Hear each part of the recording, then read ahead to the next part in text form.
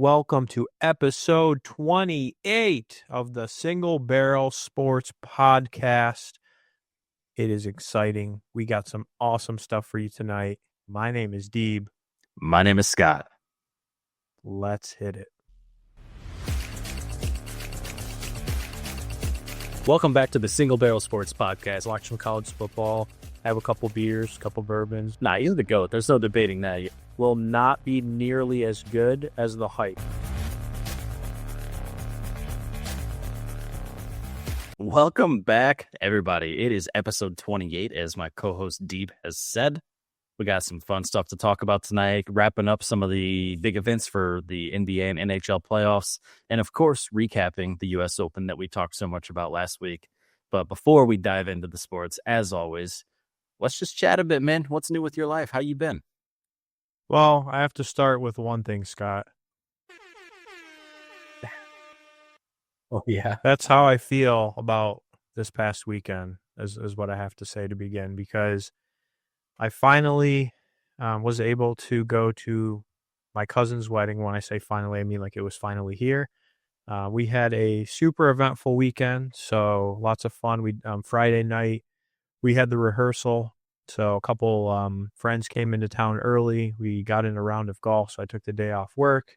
Shot my best ever out there on Friday on 18 holes, which is kind of wild, but I don't know, maybe some of it was from our episode last week and some of the tips and pointers that everyone was giving out. So that was a fun way to kick it off. And then I'll tell you a real quick story about Friday. Then I'll tell you about the wedding. But so we got on this like giant transit bus, let's call it. It was like kind of like a Greyhound, a huge bus. Probably like 50 people were on it. So they were transporting all of us from a hotel to their rehearsal dinner space, which is like 30 minutes away from the hotel. The bus driver was getting off the highway, and there was 2 lanes to turn right, and there was a semi in the right lane, and we were in the lane next to it. And the bus driver decides to turn, and the semi was not moving, and the bus driver hits the front of the semi as it's turning and like rips parts of the semi off, and a little bit of the bus came off.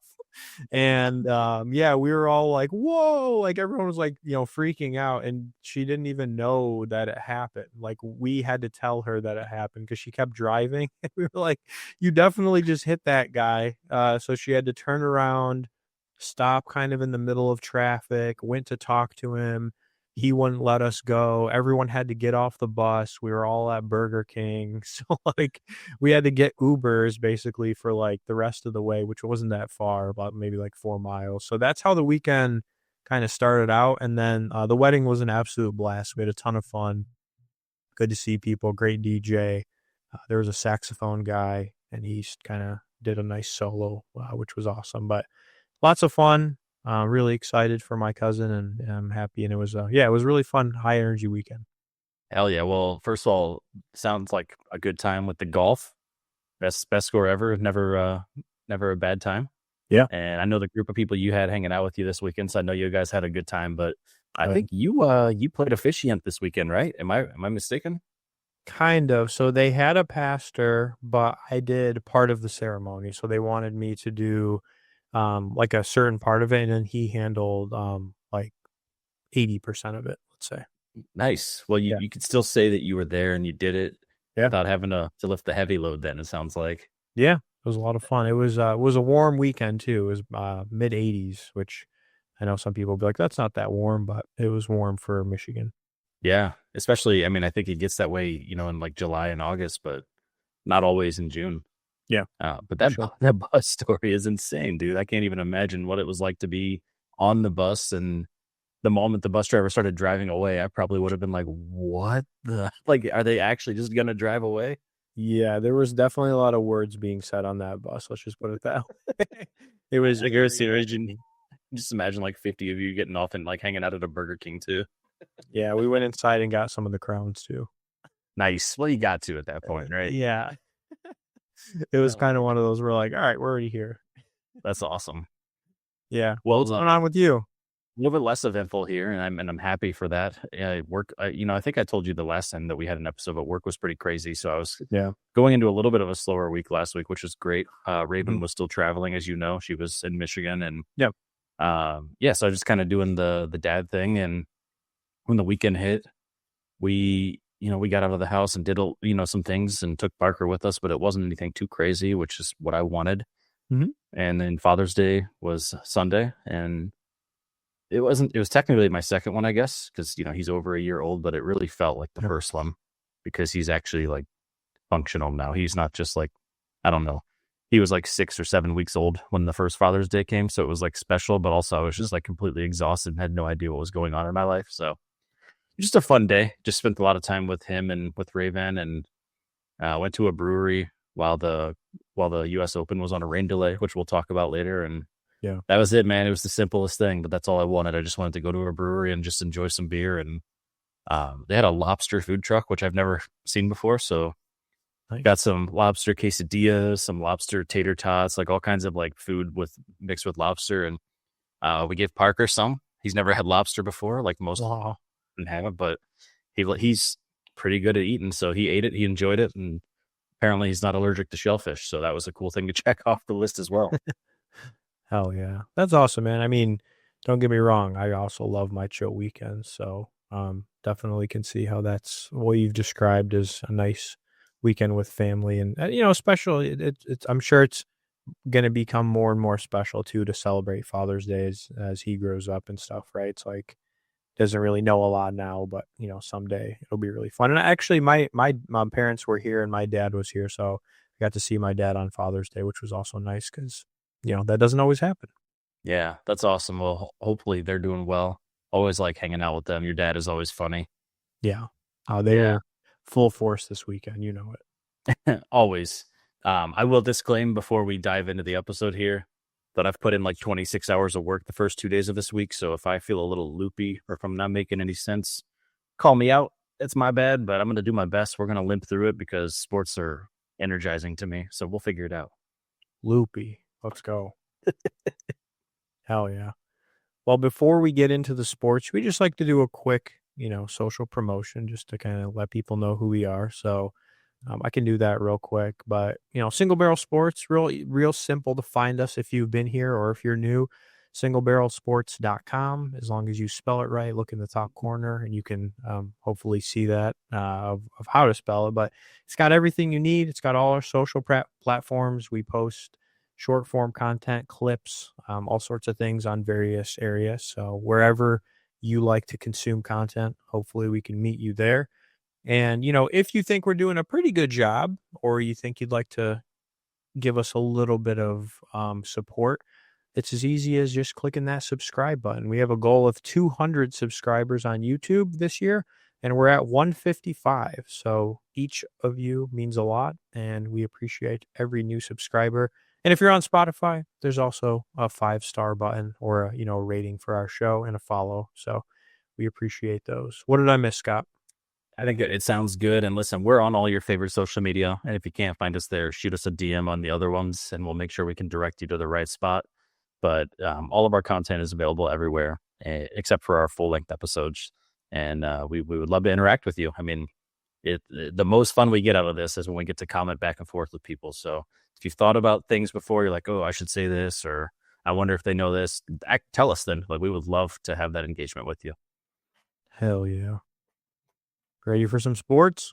Yeah, well, we always start with the term of the week here. Why don't you tell me what our term is for this week and what that's all about? Yeah, so this one for this week is related to basketball, and it is triple threat position. Have you heard of this, Scott? I have not actually. It means it's a good term because usually when we have these terms, I will, admit and agree that they are ambiguous and that at one point I didn't really know what they were. But I never played basketball on a formal team. It was always No. pickup games, and Yep. this is a term I don't know. Triple threat position, something brand new for me. So why don't you tell me what it is? Yeah, so this is honestly one of the very first things, at least when I was growing up playing basketball, this is one of the very first things that they teach. And I think maybe they hopefully still teach this, but basically Think of it as a stance that a basketball player takes. So it's when you have possession of the ball. So it can kind of be compared to, I'll give you another example of like a quarterback in the shotgun formation, right? They have control. They can kind of they have a few different options of what they want to do once they hike that ball. And so basically you're holding the ball, you have possession of it, and this is before you've actually taken a dribble. So like if let's say you pass it over to me and I've got the ball in my hands, now I can move that ball, kind of around as long as I'm not taking any steps, etc. But I can do three things, and that's why it's called the triple threat. So I can shoot the ball, I can dribble the ball, or I can pass the ball. And so basically that's why it's called triple threat, because you could do three different things and you're a threat with any of those three things. You could make a shot, dribble past somebody, or make a nice pass for someone else to dunk, or make make a nice basket or whatever. So essentially it's one of these things that they teach you very early on as a fundamental, because it's really honestly very key to playing basketball. So it keeps the defenders guessing. They're not sure. Like, you have three options. Which are you going to choose?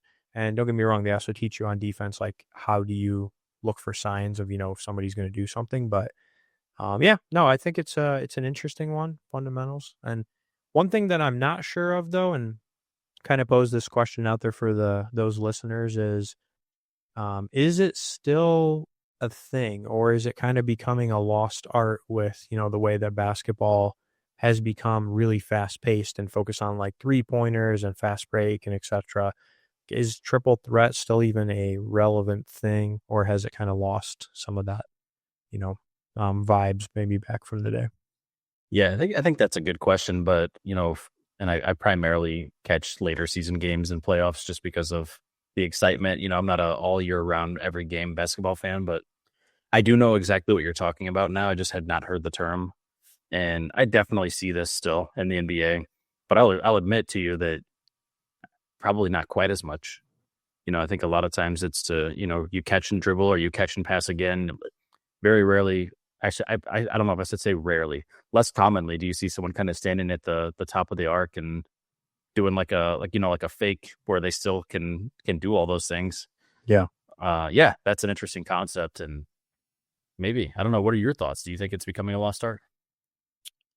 I think it kind of depends. I mean, there are still, I would call them like isolation type players out there, who, like, I'll give you a couple historical examples. Michael Jordan, Kobe, some maybe call LeBron maybe earlier in his career. I don't know, maybe I think he might be more adept to today's game. But there's still some people that play this way. I mean, you'll see like guys like Luka, Giannis, like you'll see some of these more like big name players where when they're the best player on the team a little bit by far, like, maybe when Luka was on the Mavs or when Giannis was kind of by himself early on, they sometimes would call plays, or they'll call plays for them and they'll have to utilize this. So I think it's more like kind of depends on the team and the makeup of the team. But I still think it's a fundamental. It may just not be as stressed, from my opinion. Yeah. So cool. Well, yeah, I learned something today, and I hope that somebody else out there learned something as well.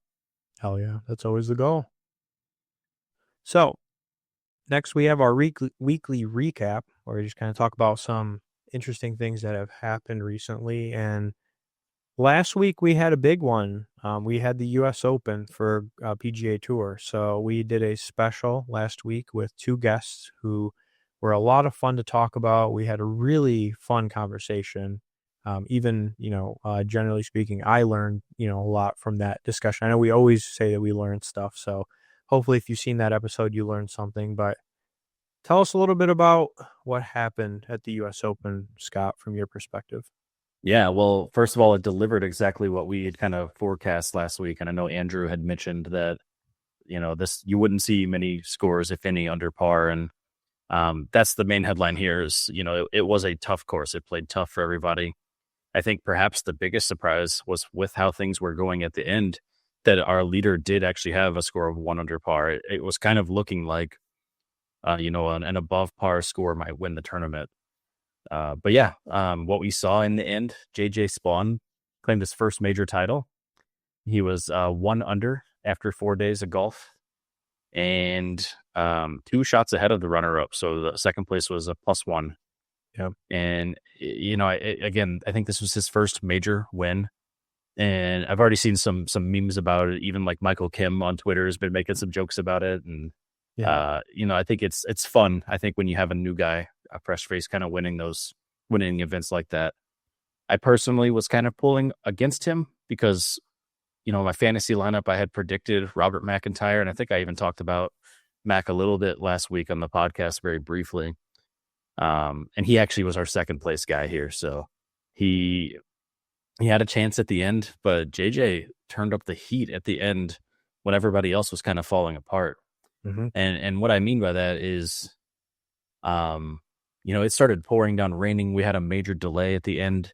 Dave, you can kind of talk about that a little bit, with what was going on with the weather and how it affected our players. But yeah, after the rain delay ended, we kind of saw all of the players started playing worse. There were a lot more bogeys at the end. People's scores were tanking after that, except for JJ Spaun. I think he actually improved his score after the rain, which was kind of phenomenal just because he was the only one on the entire course that was still playing that was doing that. So kudos to him. People always say rain or shine for many things in life. And he lived up to that mantra at the end of the US Open this past weekend here. But yeah, if you want to go into some particulars, I know there was a lot of kind of crazy stats and things that happened at the end of the US Open. If there's anything you wanted to highlight, absolutely, please do. Yeah. Really crazy that it came down, to -1 winning. I definitely thought it was going to be a positive score, but it doesn't surprise me that somebody was, the Lone Ranger shooting under. But I also have to give him a shout out because, man, he had, I don't know if you saw this, but a wild putt to finish on 18. That was a crazy long and windy putt. He made that, which was just like the icing on the cake. But he ended up earning $4.3 million out of the over $20 million purse, which is crazy, earning that much money. I know we've kind of talked about that in the past. He's 34 years old, actually. So it's kind of crazy. He's probably over, I would call it halfway through his, typical, PGA Tour career. I feel like some guys sometimes play into their 50s. So generally speaking, maybe he's about the midway or a little over midway. But yeah, man, I mean, Robert McIntyre was the person you mentioned that was in second. So he shot +1, and Victor Hovland ended up in third at +2. And then we actually had a 4-way tie. Terrell Hatton, Carlos Ortiz, Cam Young, and Sam Burns were all +3. And Sam Burns was actually the leader going into this, and he kind of fell apart, unfortunately. He had kind of an interesting controversy that happened. He was -4 at the end of Saturday, so he had a little bit of a lead. But on number 15, that last day when it was raining out, he had basically his ball was in water, and he was also, I believe, in a divot. So typically you would see them give a player relief from that just because it's so hard to hit out of, both a divot and standing water. But they didn't give him relief, and I think he even got a second opinion from the rules official. So he ended up just like double bogeying, and, unfortunately his round kind of fell apart there, which, I mean, he still finished fourth, but couldn't hold it together. Terrell Hatton was another one that kind of had a meltdown. He was co-leading for a while, and then he had bogeys on the last 2 holes. So just, didn't have a great finish. There was a couple other things that happened that were more related to like the first 2 days, but did you see Shane Lowry on his hot mic slip that happened? Oh yeah, I sure did. Yep. So what happened there? And yeah, I think it was after he missed a putt, or maybe it was after he had there was a hole where he putted multiple times before he finally went in. And I think he was like, F this place, like yelling it out loud, and caught him on the hot mic, kind of cussing out loud with the F word. And he had a lot of things happen this weekend. I think one of the craziest things that I saw, which it was already over for him. He had no way of making the cut at this point. but he went to pick his ball up and replace it, and he forgot to put down the ball marker on one of the holes and just took a random one-stroke penalty for that. And it was just a lot of things stacking up against Lowry. And as much as we talk about him, he is a good golfer, but it seems so polarizing. It's either he's like in contention or he's not even making the cut. And this was just one of those weekends where literally nothing went his way. And he was boiling over with his frustration, as several other golfers were. And it just kind of crazy to see professionals completely melt down, and like the same way that I would be melting down if I was out there playing badly. Yep. Yeah, and I have to give you credit because I feel like you kind of called this out as, someone who would struggle, and I thought the opposite, but I don't know. Maybe you had the inside. Well, to be fair, I said Terrell Hatton wouldn't even make the cut, and then he contended. He was tied for fourth. So, you win some and you lose some. Yeah, that's fair. Another guy who had some controversy was Wyndham Clark. So I don't know if you saw the locker room incident. Yeah. So he's actually a U.S. Open champion, believe it or not. He won it 2 years ago in 2023, but he missed the cut and damaged a couple lockers in the locker room pretty badly. So there was photos posted, and it was all over social media. So, yeah, not a good scenario. But what are your thoughts on that? I mean, like, obviously these guys are frustrated and they're professionals, but like, what are your thoughts on him damaging the course's locker rooms? It's unacceptable is my first thought. I think having frustration, totally fine. Saying some words, using some language, totally fine. Even after you're done golfing, I get it that the frustration sticks with you. But this is different than slamming your club on the ground or throwing your club. I mean, he's back, he's out, he's away from the course. There's no visible sight of, the golf course. He's in the locker room. It's his day's over. He's going home, and to trash the locker room after the fact, like after you've already kind of separated yourself from the environment, just unacceptable. You need to physically cannot be just breaking things like that. And you're a professional. This is not the first time you've missed a cut. You had a rough weekend of golf. You get 2 days back of your life to go do whatever you want. Don't break shit on your way out. Like, what are you doing? And what example are you setting for other golfers who play difficult courses or who might be up and coming people who are looking up to you? I mean, what are you doing? Yeah. Especially from someone who's a former U.S. champ, right? It's like you are, someone amongst very few who have won this event, generally speaking, or won a major overall. One thing that I know about him from watching Full Swing is he has like a trying to think of the name of it. It's like a psychology coach or something like that. I think that's the name of it. So they show him on there on I think it's season 2. They show him working with like a psychology coach. It's basically like a mental game coach. So like she will like attend his events, like she like helps him through like how do you think thoughts to help you win, etc. So I'm like, was she like out of the picture or like what's going on here? Because if you're specifically having that kind of training, in addition to your golf game, like you're really going to break the lockers. I don't know. Yeah, that's rough. And something else that happened, similar but different. And again, I think the proximity to when the bad play happens does kind of matter. How recent it was. But I'm sure you've probably seen this clip too. But with Rory, when he hit the tee box marker and shattered that with his driver, did you see that clip? I did, yeah. Yeah, that's just another thing. I mean, again, I think unacceptable. Maybe not as intentional. It's hard to say. It looked like he was kind of looking away whenever he like threw his club down.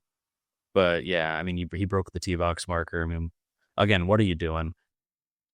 People throw their clubs, people slam their clubs on the ground, like whatever. And that's just part of it. I can relate because I've done those things too. I'm not casting judgment here, but I think there are some limits when it comes to actual like vandalizing and like destruction of property on a professional course that is held to a high enough esteem to be, the course that is in rotation with the U.S. Open. It's going to be tough coming into it. You just can't start damaging the actual course. That's just my opinion on it. Yeah, definitely. Yeah, kind of some more interesting overreactions, I think, from some people. But the last couple things I want to talk about is, notable people to not make the cut. So I know we kind of talked through, who would make versus miss, but Ludwig Oberg did not make the cut. Tommy Fleetwood, which is a guy that always makes the cut, did not make the cut. Bryson did not make the cut. I'm glad I picked both of those in my DraftKings. Shane Lowry, which I also picked, did not make the cut. Cantlay, Batia, Phil Mickelson, JT, Ming Wu, and Corey Connors, all notable names that did not make the cut.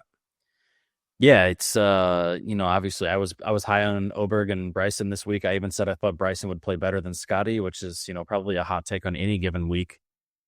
And Scotty, he was the only of my three contenders that I predicted that even made the cut. Yeah. And I think it just goes to show that this course was tough and that typical play styles might not get it done here, that you've got to prioritize kind of safe, calculated shots and consistency. And saw some different names at the top because of that. I think, people we haven't seen in the other major championships this year so far. Yeah, made it definitely entertaining to watch. But the last thing, I know you had mentioned this, was the rain. So started raining Sunday around 4:00, and so they had to actually issue a delay, and it didn't start back up till like 5:40 almost. So good amount of time between. And so, yeah, that really changed the course. And as you had mentioned, it became very difficult for people to maintain any sort of play at an already difficult course. So the fact that it rained at the very end on Sunday really sucks because they didn't have weather at all, I think, in the first 3 rounds. So it like completely changed up the course right at the end, which created some chaos at the end. Yeah, I think people had expected rain kind of off and on all weekend. Yeah. And I think what we saw maybe overnight, I can't remember if it was overnight Thursday or overnight Friday that it rained, but we didn't really see bad weather during the play too much. I think it sprinkled a little bit maybe on the end of Saturday. My days are all mixed up. But it got really bad on Sunday. Right near the end, there were only a few groups that were still out there golfing. I think maybe like 8 to 10 players might have still been going. Not a whole lot. And it was bad. I mean, when they came back, you could see it on TV. Every time they swung their club, you would see water splash everywhere. And it just completely changed the trajectory for a lot of those scorecards that day. I mean, all the people that were leading immediately started hitting bogeys, double bogeys, and tanking their scorecards, except for JJ. Like I said, he seemed to play better almost. I think did he end with back-to-back birdies, or was it just, one birdie at the end? But either way, I mean, his score actually, I think improved after the rain, which is crazy to think about. Yeah, he ended birdie 17 and 18. Yeah, like how does that happen? That's insane. And that putt that I mentioned, it was a 64-foot putt. When I saw that, so again, and this is from the perspective of I was rooting for McIntyre. I was like, well, he won't make this one, but I need him to miss it so bad that he misses his second one. And then he made the first one. I was just like, bro, what? Like, how the hell did he just, it's 64 and a half feet. I think it curved like both directions. It went like up and then down in the rain. Yep. Like, what a hell of a putt. I mean, it just seals the deal. I mean, he deserved that win. He played a great weekend of golf at a very challenging course. Yeah, definitely hats off to him because I saw a clip of they were interviewing Tyrrell Hatton. He had just finished the round and he like looked over to the monitor to watch JJ hit the putt.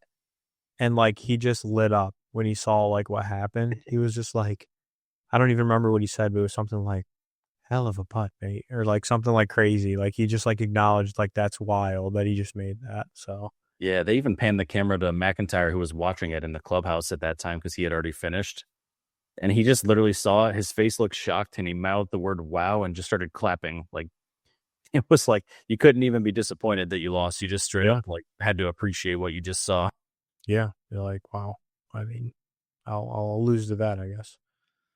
But anyways, really good U.S. Open. I really enjoyed watching what I could, throughout the weekend. We kind of try to have it on as well throughout on Saturday and whatnot before the wedding. So, before we move to NBA playoffs, though, I want you to make an early prediction for about a month from now. Who do you think is going to come out on top at the Open overseas? Oh, if you had to pick a very early contender right now, who do you think? That's fine. And for those of you out there, you can comment who you think as well.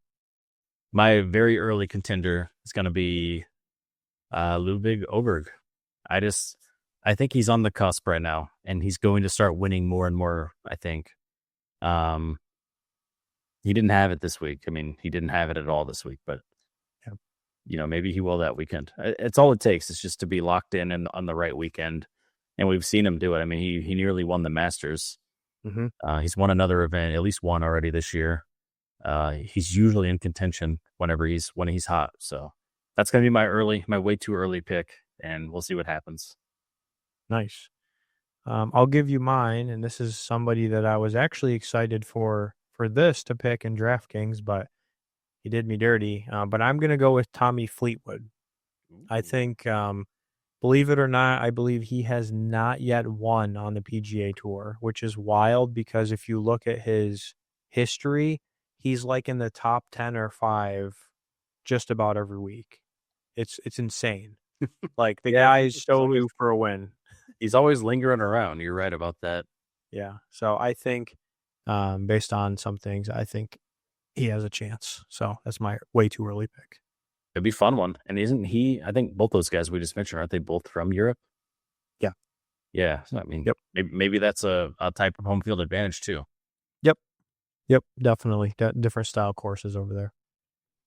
All right. We'll talk NBA playoffs since I know we haven't had a chance to really visit the finals too much. So we're going to just kind of go over this briefly since there's been, a lot of things that have gone on in the finals. But essentially right now where we're at as of filming this is on Tuesday is the Thunder right now have a 3-2 lead, which is kind of wild because I definitely thought the Pacers were going to run away with this. So game 6 is supposed to be Thursday night and game 7 is Sunday if needed. So if the Thunder don't seal the deal on Thursday, generally speaking, I mean, it has been kind of a interesting series. Like I know the first game was wild where the Pacers won. It was like a crazy last minute shot by Halliburton. And I know, I mean, the Thunder obviously have hung in there, so it's kind of been a back and forth, but I don't know. I mean, after game 5, the Thunder took the series right now back the lead, and Halliburton definitely struggled. I think he's kind of dealing with an injury or a little bit of a sore calf from what I've been reading. So I don't know. You still think the Pacers can pull this one out?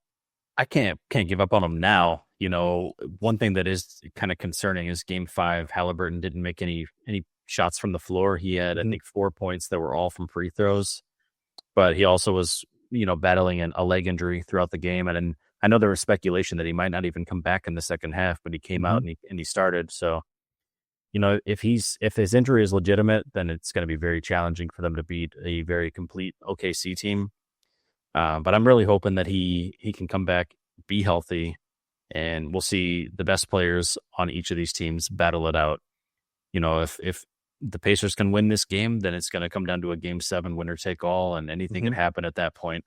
But I think the big story is in game 5, we had Jalen Williams drop 40 points. I mean, that is nobody. I doubt people had that on their bingo card. I would be surprised if they did.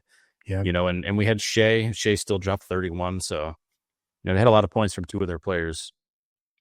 But I think that the fun thing about this series, and this is really what I was looking forward to, people can dog on it because it's like maybe 2 smaller markets. They can say whatever they want.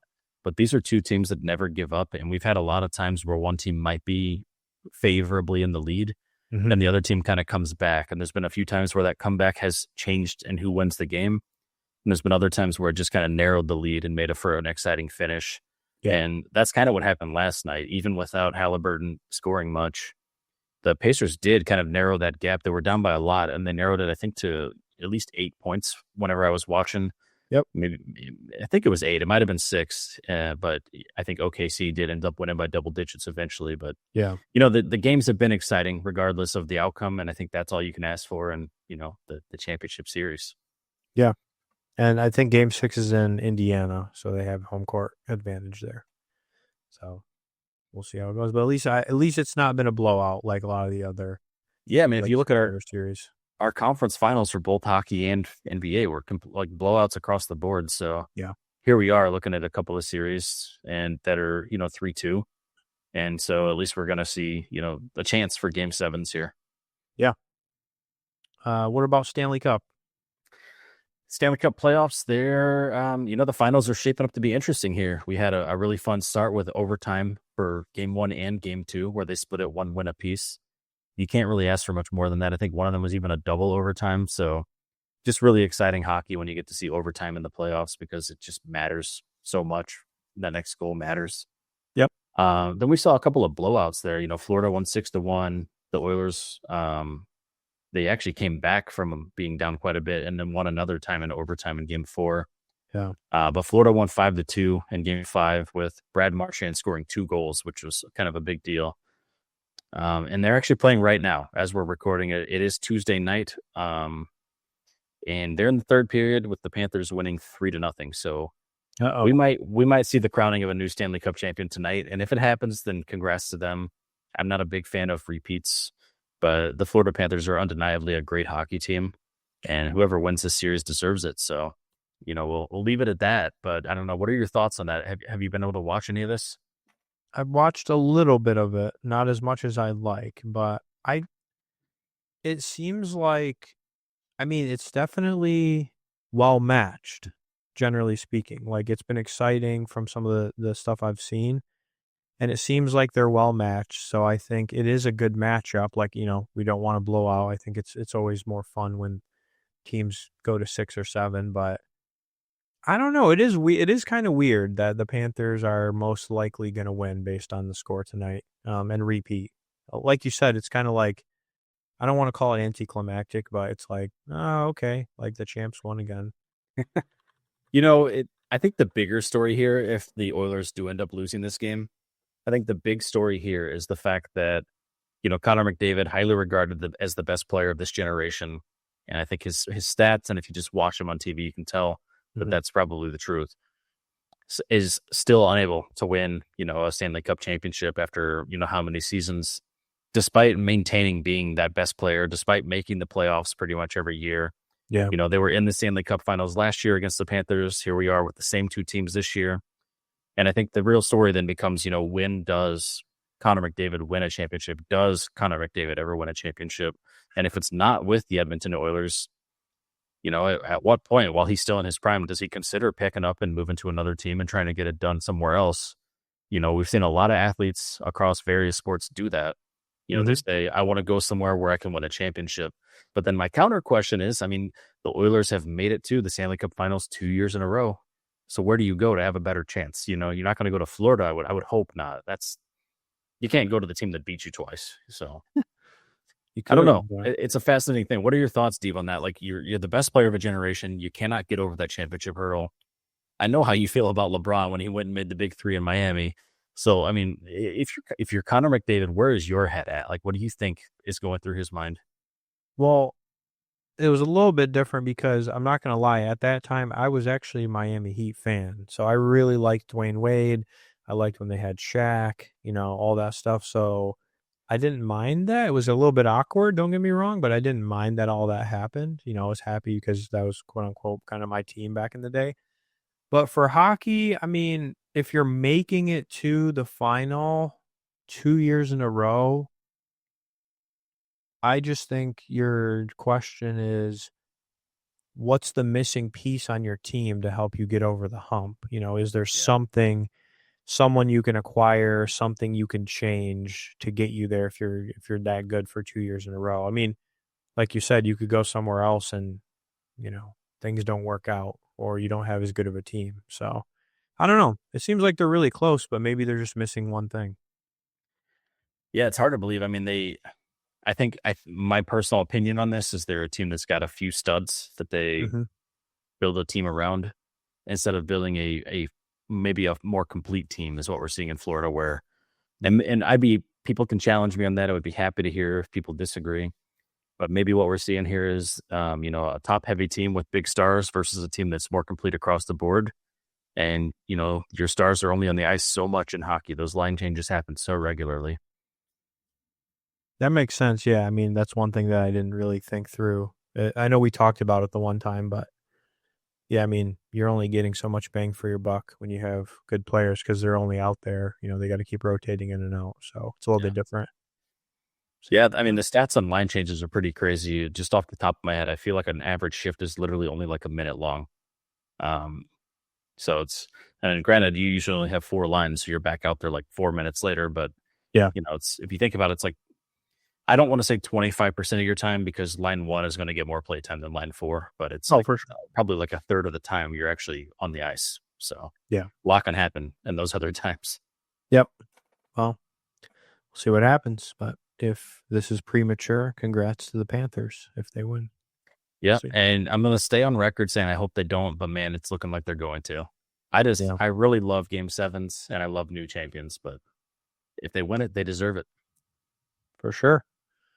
Well, we've come to the halftime pour, which is our way to incorporate some bourbon into our podcast, hence the name Single Barrel Sports. So we're sipping on some bourbon tonight.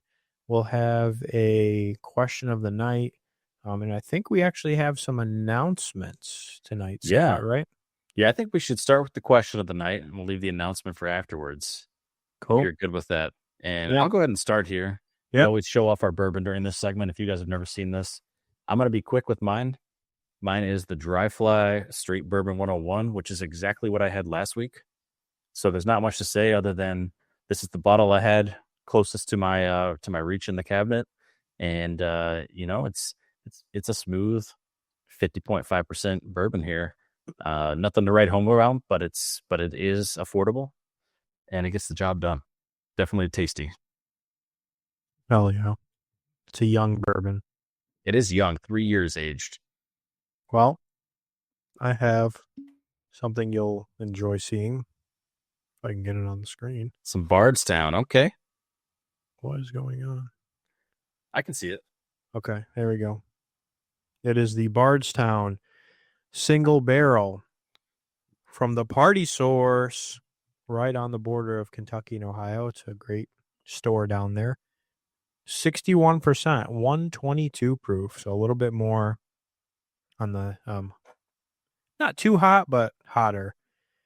Yeah, no, this is kind of one of their staples, the white label.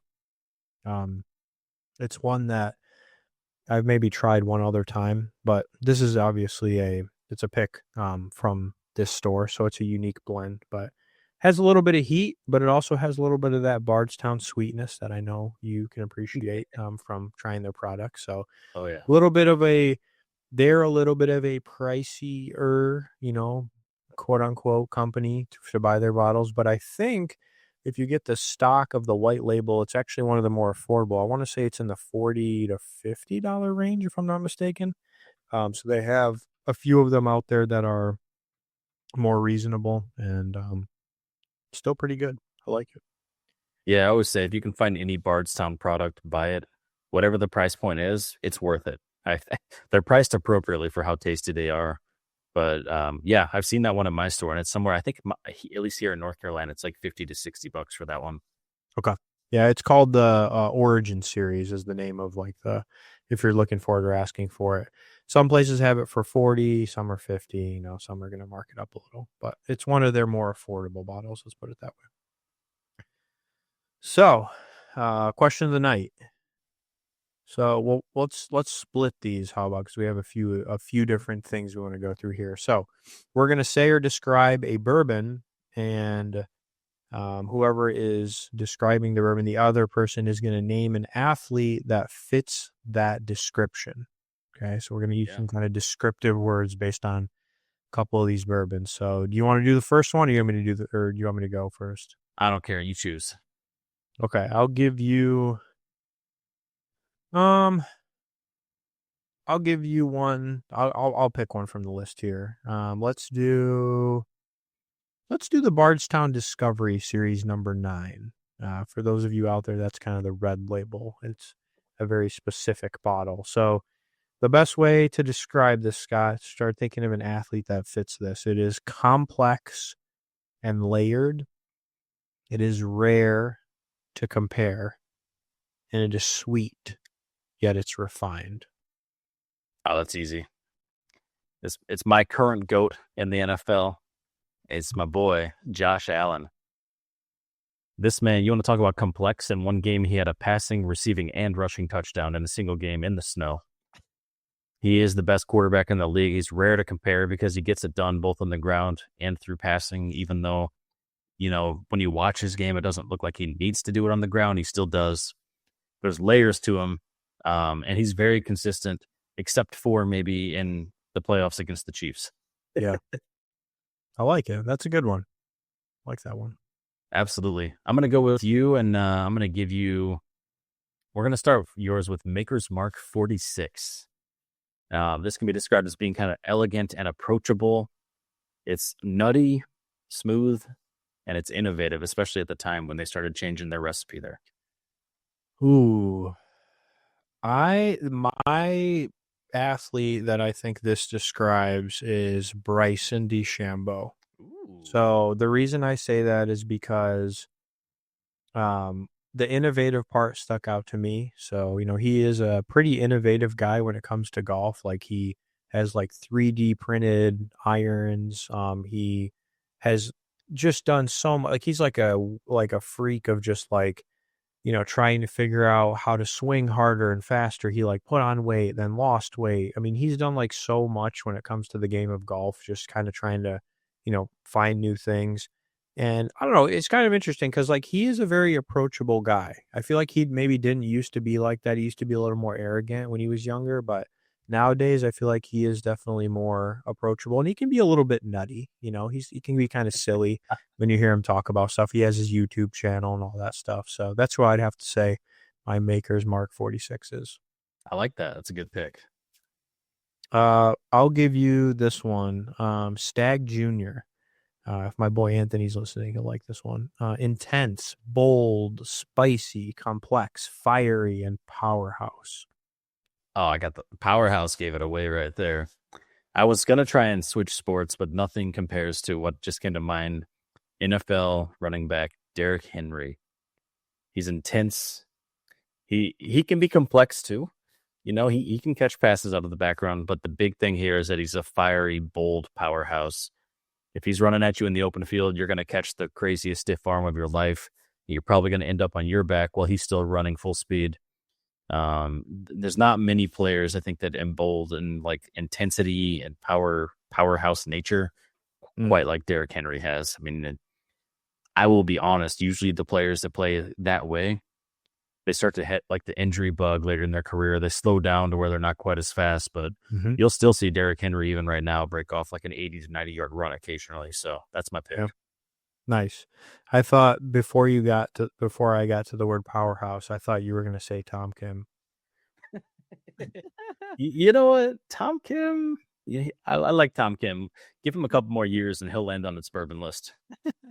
Hey, Right. Speaking of, though, Tom Kim did make the cut. He played a full weekend of golf, and you love to see it. He actually played pretty decent.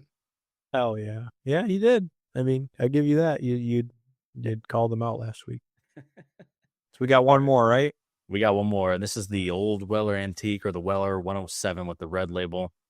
This is literally a currency in the state of Ohio, if you guys are in bourbon. And it's kind of the basis for trading for bourbons. Not that anyone does that. That wouldn't be something people would do. But this one is often defined as being kind of smooth, having a gentle heat, and being bold, but still very drinkable. So it's kind of like that like complexity between being smooth, but having some boldness, but still being very tasty, very drinkable. So what do you got there? I got the perfect pick here, and it's your boy Halliburton.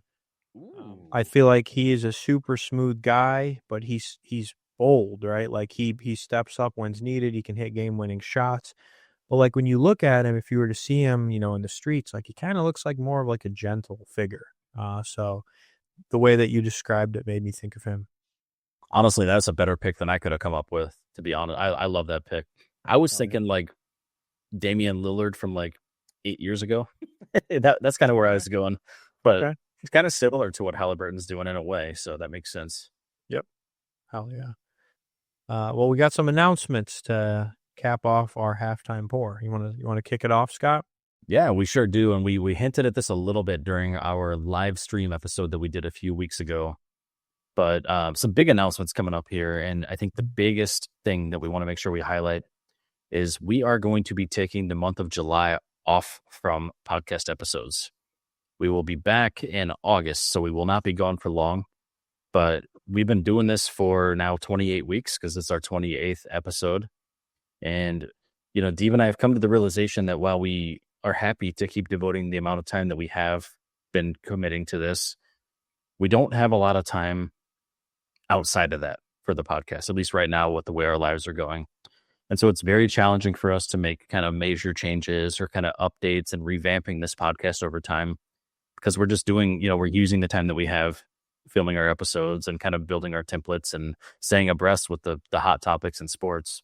Yeah. So, our plan is we're going to take the month off, but we're not going to stop working. We're going to use that time behind the scenes to kind of upgrade, revamp, build up this podcast for what we are going to coin as our season 2 of the Single Barrel Sports Podcast that will start in the first week of August. So we won't be gone for long. But when we're back, you'll see a lot of cool, familiar things, but a lot of really new and great things as well. And hopefully that's exciting. It's exciting for us. But Dave, I'll let you elaborate. Anything else you want to add to that? Yeah, no, I totally agree with you. I think I would call this like a quality improvement project. So we've had, kind of like a laundry list of things that we've dreamed of and talked about from the beginning and also along the way that we've learned. And so I think a lot of this is just time to focus on, making things better. So the way things look, the delivery, kind of some of the segments that we've talked about, like, hey, that'd be really cool to try this. How could we, incorporate this? Guests. I know we kind of talk a little bit about maybe some merch, and we've played around with some ideas, but we'd like to maybe explore that a little bit further. We've done some streaming, we've done a little bit of gaming, which, quote unquote, you might see a little of that tonight, but, we want to continue to explore some of those things. So we may on occasion hop in here and maybe do, a couple things here and there. Like we've talked about possibly doing a couple go lives on like, let's try out a TikTok live or an IG live or, something like YouTube / I think they can do TikTok at the same time, whatever it is. But you may see us like once or twice. I know we know the Open's coming up in about a month. So, we like to always do something for the golf majors. So, no, I think it'll be a really good time for us to make those improvements and come back with a refreshed version 2 in the month of August towards kind of like the middle of summer. Yeah. And, I think one of the fun things with podcasting is the idea of seasons. And just to be fully transparent, Dave and I have had a lot of conversations about how proud we are with our consistency. Here we are, we're 7 months in without missing a single week. It's pretty awesome. It's a lot more, I think, than we may have envisioned up front. And so our focus here is we won't be missing weeks. It's just going to look a little different where we're not going to be posting full length podcast episodes during that time. You will still see clips from us. We will not stop posting to our social media. Mm-hmm. And like Deep said, you'll still see us maybe on some live episodes occasionally, but a big focus for the month of July is going to be, building up, growing and upgrading what we're already doing so that it looks, again, similar, but better come August. Yeah. It's like, damn, October. Yeah, no, just a month, just 1 month off. That's a lot longer than we initially promised. Yeah, we'll hit you with season 2. We got plenty of stuff to cover when we come back, but we're going to be really kind of able to dive back into where we started this adventure, looking kind of forward to college football and NFL at that point in time and having a lot more content to talk about. So, it's always been a seasonal thing, but we never really talked about having seasons. So this is our chance to kind of revamp and come back with a fresh start, season 2. With a whole new, perspective on everything that we've been doing here. Yeah. And if you have anything you'd like to see, please drop us a comment if you're watching anywhere you see this. So, we always love and mention that we'd like to take feedback. So if there's anything you'd like to see or anything you enjoy and you're like, hey, really, please don't take that out because that's one of my favorite things. You can also let us know the things you like and we'll be sure to try to keep those things if we get enough support. Yeah. With that being said, we will still have one more episode before the break. It'll be next week, and it will be focused on something entirely different than we've ever talked about. Hopefully that's exciting, but there's a big event coming up here in the next week and a half, and it is Wimbledon, the big tennis event. So we're going to have some special guests on here to talk about that. Dave and I are not qualified to talk tennis, but we will have one more episode before the break that will drop on Thursday, June 26th.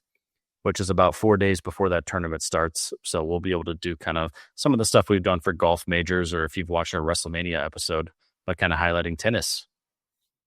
Oh, yeah. And I will be missing for that one because I'll be out of the country. So I hope you guys have a lot of fun. Looking forward to watching it. Yeah, we'll have a blast. I have a feeling you will be as well. Hell yeah. Well, what do you say we pop over and play a little bit of golf and give people a stick talk real quick so we can get into some fun questions and a little bit of entertainment? Yeah, let's dive in. And guys, I'm too cheap. I haven't bought any of the professional golf games, but Deeb and I have a fun golf game tonight. Golf with your friends if you're a gamer. If you're not a gamer, this is a very cheap and affordable game on PC. So we're going to get our golf on tonight and enjoy a fresh perspective on stick talk. All right, well, here we are, stick talk. And like we said, golf with your friends is the game. If you've never played it, definitely worth the purchase. Great game to play with friends. Just know it's a little bit frustrating at times. But you can customize your ball. You can do a lot of things. Deeb, tell me a little bit about your golf ball. What's going on with yours? What's it look like? Oh, you'll see. Oh, I'm not giving anything away yet. okay. Well, you know what? Same for you. Let's just jump right in then. You're about to get whooped. We are playing on a custom mode. Basically, the customized settings that we have are that you can spin the ball.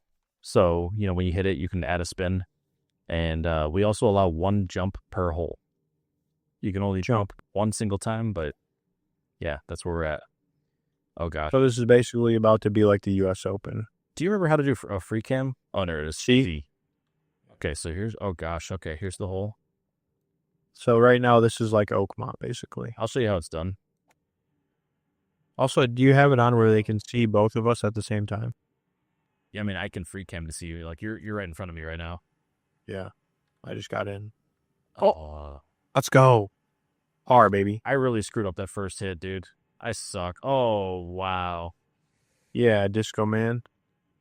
You know, disco dance man. Sometimes it'd be like that. That's all right. We're going to start out behind to make the comeback look better. I should have That's right. A lot more power from the start. This is Oakmont, our version. Oh, gosh. We have portals on this one. Interesting. I don't know if I should be scared or happy. Oh, pretty simple. Did you go in? No. But you went on it too? So we went in on it too. Okay. Yeah, that was pretty simple. That wasn't too bad. I didn't even pay attention to what course we were on. I think it's just random. Yeah, that's fair. So the other thing is I know we had a couple like sports related fun questions, kind of discussion questions that we can do to challenge our focus here, so that we have to play, focus, and discuss. Yeah, I like it. So I'll start the first one out if you don't mind. Absolutely. Go ahead. Who do you think is the most underappreciated QB in the NFL right now? And why? Ooh. Well, I like that question a lot.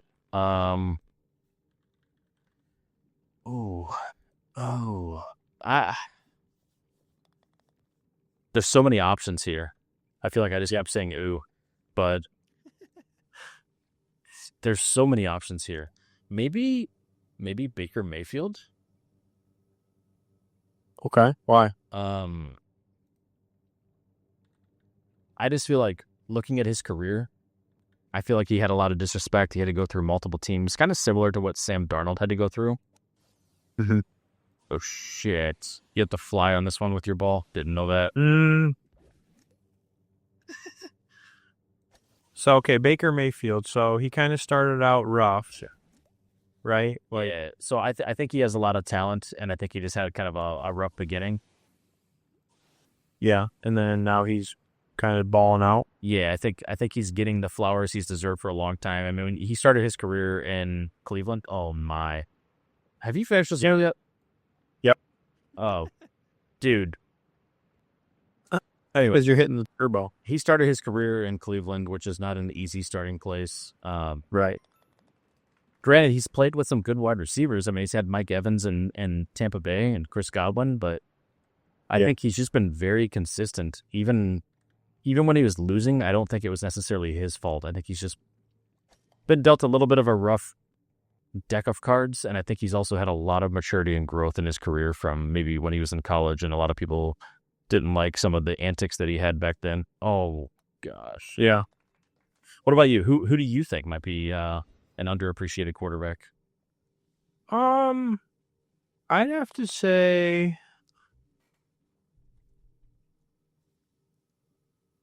maybe this is a hot take, but I have to say Sam Darnold because, I mean, man, the guy started his career out horribly. Like, he was very, I feel like, highly regarded.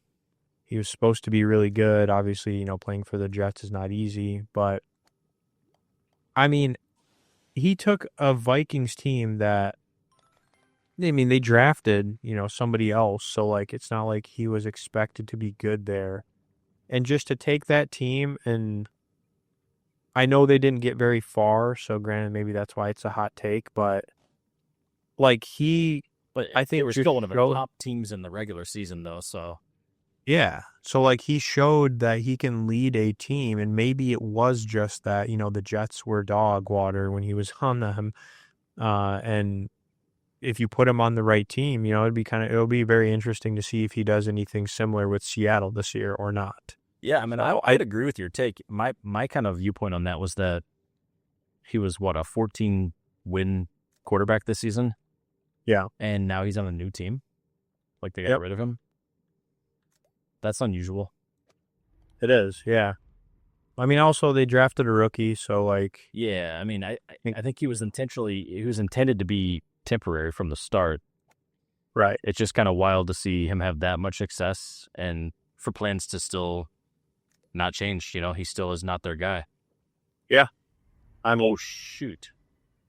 Wow, I just got that in too. Did you? Yeah. I hit That was too wild. hard. I bounced off the gravity wall and went backwards. Oh my gosh, dude. This is basically what Oakmont would be like for us, but let's put it that way. Oh, dude, this is not a good hole for me. Anyone other than Baker come to mind for you? Maybe Kyler Murray? I was kind of thinking him initially, Yeah. honestly. Kyler was kind of one of my first thoughts too. I think he's been a good quarterback. He's had some injuries, and I feel like he's almost like been forgotten about like how good he actually is, just because of some of his injury woes. Where did you just end up? Did you make it through that? Nope. Okay, good. That makes me feel better. I hit it like literally right into the thing and went backwards. Yeah, no, I mean, I think he's a good quarterback too. It's weird because like I feel like the Cardinals should be really good based on the talent that they have. I don't know, maybe does their defense suck or something, but It's something's just not like clicking. Yeah. It's the Cardinals are a weird thing because it just kind of feels like every year, like next year is going to be their year. Right. That when they added James Conner, that was a big deal. They added Marvin Harrison Jr., that was a big deal. But it just seems like they haven't really been able to put it together and like actually do the damn thing. Yeah. What? Very weird. Just going down to like a cave? Well, what's the worst that could happen? We're just going to YOLO this one. All right, new question. Let's switch it up here for sports. Would you rather build around a team in the NBA around Wemby, Luka, or Anthony Edwards for the next 10 years? Wow. And why? For the next 10 years? Yeah. I would probably say Luka. Oh my gosh, I just made a hell of a putt. I'm actually proud of that one. Why is that? I don't know what I just said. Did I say Luka? No, I think I'm going to change that. I think I would go with Wemby. Wow, changes. I think Wemby is just one of those like physical freaks that like you just only see every so often in a career. Mm-hmm. And with his height and kind of how skinny he is, I do think he potentially could be injury prone, which we saw this year. Yep. But if he can stay healthy, I mean, there's nobody like him in the league, and there probably won't be. I think he's an N of one. That's fair. What about you? I think I initially thought that, but I also am like wondering like how long he can stay healthy, because it's very hard to stay healthy, I think, when you're a big man. Just in general, you know what I mean? Like you're just quote unquote built different, whether you like it or not. So I think he has the highest like potential maybe of those, but I honestly would pick Anthony Edwards. fudge. Yeah, you think so? I feel like if you get the right talent around that guy, I mean, look how far they went this year. Yeah. Like that he's just like, I don't know, he's just so talented. Like if he can hold it together, I feel like he could be pretty legit. I don't disagree with that. I think he is a special talent. But I mean, I don't mind Luka. I mean, I would definitely. He's in the consideration. Like I'm not like, oh, I hate him or anything. But I mean, I don't know. Out of those three people, yeah, it is a tough question, and I will agree. I think any of the three would be amazing building blocks, but there's an argument from all, and I don't think any of them are wrong. Yeah. But yeah, I mean, the next 10 years is kind of like all those guys are also young. Yeah. So it's going to be about consistency and avoiding injuries for sure. Wow, I keep going in the lava. That's good. I have a chance then. I've gone in the lava like 100 times. I try a different route here. Oh my gosh, I just hit the edge of the hole and didn't go in.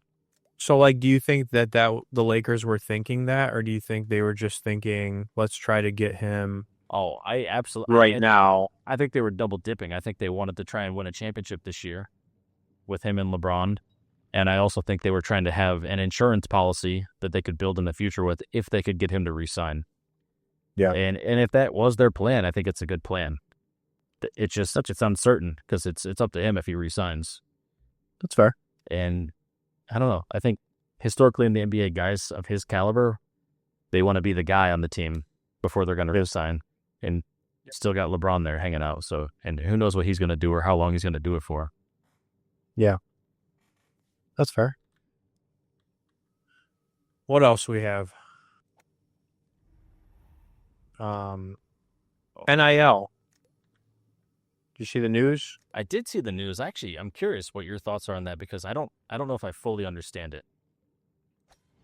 So I don't. Obviously, I mean, I don't. Schools can I don't. pay, What's that? I was going to say, obviously, schools can pay athletes directly now. They don't need the NIL to be like kind of like a middleman, right? That's the big change? Yeah, I mean, I think it's just literally because they settled a lawsuit. So there was a lawsuit challenging of like, why do you got to set up all these things to pay people? Like you're paying them regardless. Like someone's paying them, it's kind of like you're just putting third parties in here for no reason, basically. Yeah, I guess. I mean, yeah, it makes sense, right? Like, you're paying them. You know what I mean? Like, what are they going to set up? In life, it kind of makes sense to avoid the middleman, right? It's just like the athletes are getting paid regardless. So, like, why do they need to set up all these, like, stupid funds or whatever? It's like, just pay. Yeah. They're going to get paid. It's like playing the NCAA game on PlayStation or Xbox or whatever, where it's like, dude, how did I miss that? Are you kidding me? Where it's like, oh my, this is the hole where I melt down and lose the game. It really is. But yeah, you're accepting deals from like random people. It's like, oh, will you be on this like random like commercial and promote Burger King or something? Like it makes no sense. Yeah. It's like, can I be like, I paid for it? Yeah, like, sure. I mean, and generally speaking in all their sports, like, it's sponsorship, right? Like you're getting sponsored. Yeah. I don't know. But I mean, you have like the booster club and all that. I mean, that's still a thing in college, whatever you want to call it. There are boosters, there's sponsors. Yeah. If they're going to pay for it anyway, then why are you promoting something that has nothing to do with your school? Let's just have the money come direct to the athletes from that same payment source. I think, oh gosh. Oh, wow. Okay. That was my benefit. I benefited from that mistake. I wonder though, well, to see if it like actually takes effect and stuff, but I wonder, like, does it actually change anything or not? In terms of like, schools that do well. It's hard to say because like, or is it just the same? I don't know. I mean, there's a lot of red tape when you're actually working directly through a university budget. And I don't know how they're going to navigate that. And I say that, I mean, you worked at a university and I have too, and I still do. And I work at a pretty big one. Yeah. And I still know budgeting is like not an easy thing. Yep. So it makes me wonder if there's more red tape or less flexibility because of the funding process now. Maybe. I don't know. Yeah. That's fair. Or if people that have no idea what they're talking about are going to suddenly get involved because it's on a different budget line item, or a different budget as a line item. Yeah, true. More money, potentially more problems. True. Yeah, that's actually a great question, and I have no idea. I guess we're going to see how that all plays out, but it could be potentially a bad thing. Time will tell. What about, this is an interesting one. Do you think sports betting is good or bad for sports? For sports? Yeah. Overall, I think it's good for sports. I think it puts eyes and attention on games and players that otherwise may not have had that same exposure just because someone has a stake in the game, literally. For conspiracy theories and potential fixing of games, I think there's a lot more money involved in gambling than there ever has been before. Yeah. And it does make me a little bit concerned about integrity of, even professional sports. I think that it presents more opportunity to find yourself even unintentionally in a situation where you have to make a difficult choice. So overall, I think it's probably beneficial, and I'm fine with it. I mean, I partake in it. Yeah. But I think it does still have its flaws. I don't think it's a perfect system. Yep. What about you? I'm actually really curious because I know you don't really gamble. No way. Don't do me dirty. Don't do me. I think there's both good and bad. I mean, it definitely makes it more interesting that, people can bet on literally just about anything these days, right? Like there's always just double clicked, so I kind of stroke and it didn't even hit the ball. Go ahead. I'm sorry I cut you off. Wherever there is a sport, there is some sort of wild bet to be placed, right? So it's like, on one hand, it makes it more entertaining probably for the viewers, but also it's like, some of the ethics of like, okay, I mean, you're putting a bet on like the most random things ever. You really can too. I mean, betting on coin toss, Gatorade color, like all this nonsense. Yeah. The one question, I don't actually know the answer to this, so I'm curious if you do, is for the sports betting platforms, do any of the profits that they make go to players? Oh, I would highly doubt that, but I guess I don't know for sure. Because if you think about it, the sports betting platform doesn't exist without the sports. Yeah. So in a weird way, it's almost like NIL for athlete. Like, you know what I mean? Kind of going down that pathway of like, in my opinion, it's kind of like, well, why wouldn't the sports betting platforms pay athletes who are highly bet on? Yeah, the reason I don't think they do is because I think legally, if you're involved in gambling, then you can only make a certain amount of profit, like percentage-wise. Yeah. I think that these betting entities, they use algorithms to determine when they need to offer certain promos for bets or certain giveaways.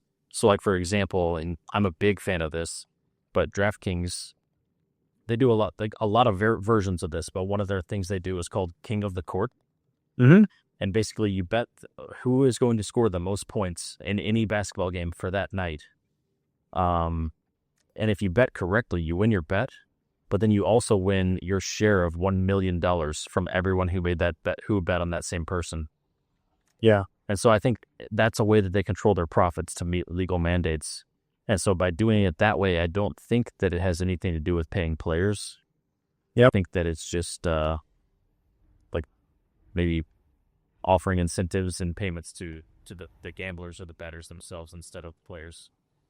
Gotcha. No, I definitely get the legal part. I mean, that 100% makes sense, right? Like, you're paying athletes, people, they can fix games, all that, the Pete Rose, whatever you want to call it, that kind of stuff. So I get that part. But I don't know, it's kind of interesting, right? But it's because it's like, technically without the sports and the athletes, the betting doesn't exist. It's definitely interesting. But I also feel like if there become kickbacks for that, it then gets into some sort of ethics with maintaining, competitive professional scores and whatnot. Oh, I'm not supposed to hit that. I hit that thing thinking it was a good thing.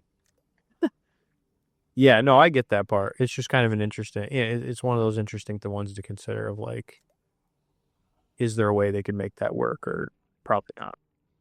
So it would be kind of nice, like, yeah, if this many people bet on you, like you get an X percentage of bets or whatever, but there would have to be a way to incentivize that in a way that maintains the integrity of professional sports and doesn't create some loophole where people can make more money Right. by playing or acting a certain way, I guess.